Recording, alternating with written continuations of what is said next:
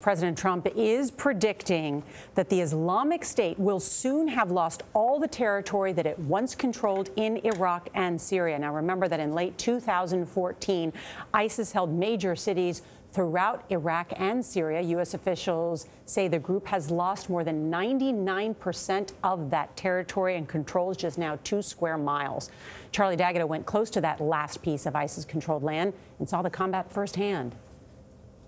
Good morning. Well, it looks like the territorial defeat of ISIS is now down to a matter of days as the U.S.-led coalition and allies on the ground close in on that last sliver of territory still under ISIS control. But in such a concentrated area, the fighting that's left to be done is at extremely close quarters. An airstrike slammed into an ISIS target much closer than anyone expected, followed immediately by this whirring noise. Another one. Feared to be the sound of an incoming ISIS mortar that flew right over our heads, sending everyone scrambling. Behind the wall, behind the wall. Something just flew over there.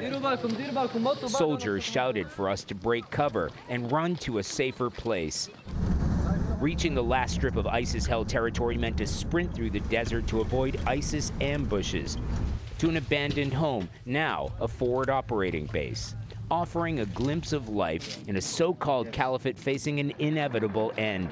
Men on motorcycles, women in black burqas, now surrounded on all sides. Just seconds ago, we heard a jet roaring overhead, followed by 2 airstrikes in that direction, just showing you that this fight is not over yet.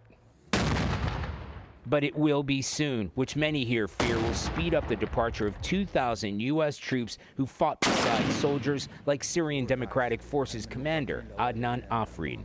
Are you worried about what might happen after American forces leave? Akid. Yes, there is a worry. He told us we fought together. It wasn't a wise decision. It's a decision to leave halfway through. By halfway through, the commander said he means what happens after ISIS loses that last bit of territory. He said the terror group has already established an underground network of terror cells and hardened fighters who are ready to regroup and strike back. Bianna? Charlie, thank you. There are already reports that ISIS is growing in parts of Africa as well.